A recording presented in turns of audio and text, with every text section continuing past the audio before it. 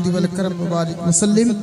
परवरदिगार आलम, सरे शाम से अभी तक जो तेरे महबूब बंदों का, तेरे हबीब का जिक्र हुआ, मौला इसको अपनी बारगाह में कबूल फरमा।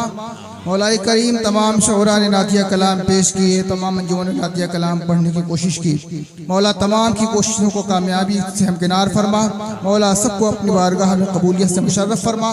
मौला हम सबको दारैन की नेमतों से माला माल फरमा। जिन नौजवान बच्चों ने इस महफिल के इनेकाद में दामे दिरम कदम सुखन जिस तरीके से हिस्सा लिया, मौलाए करीम तमाम की कोशिशों को अपनी बारगाह में कबूल फरमा। इस महफिल में हमसे जो और कोताहियाँ हुई, मौला तो उन्हें माफ़ फरमा। इस महफिल पाक को अपनी बारगाह में कबूल फरमा और इसको हमारी लिए ज़रिए निजात और तोशे आखिरत बना। रब्बना तक़ब्बल मिन्ना इन्नका अंतस समीउल अलीम व तुब अलैना इन्नका अंतत तव्वाबुर रहीम। व सल्लल्लाहु तआला अला खैरि खल्क़िही मुहम्मदिन व आलिहि व सहबिही अजमईन बिरहमतिका या अरहमर राहिमीन बिहक़्क़ि ला इलाहा इल्ला अंत।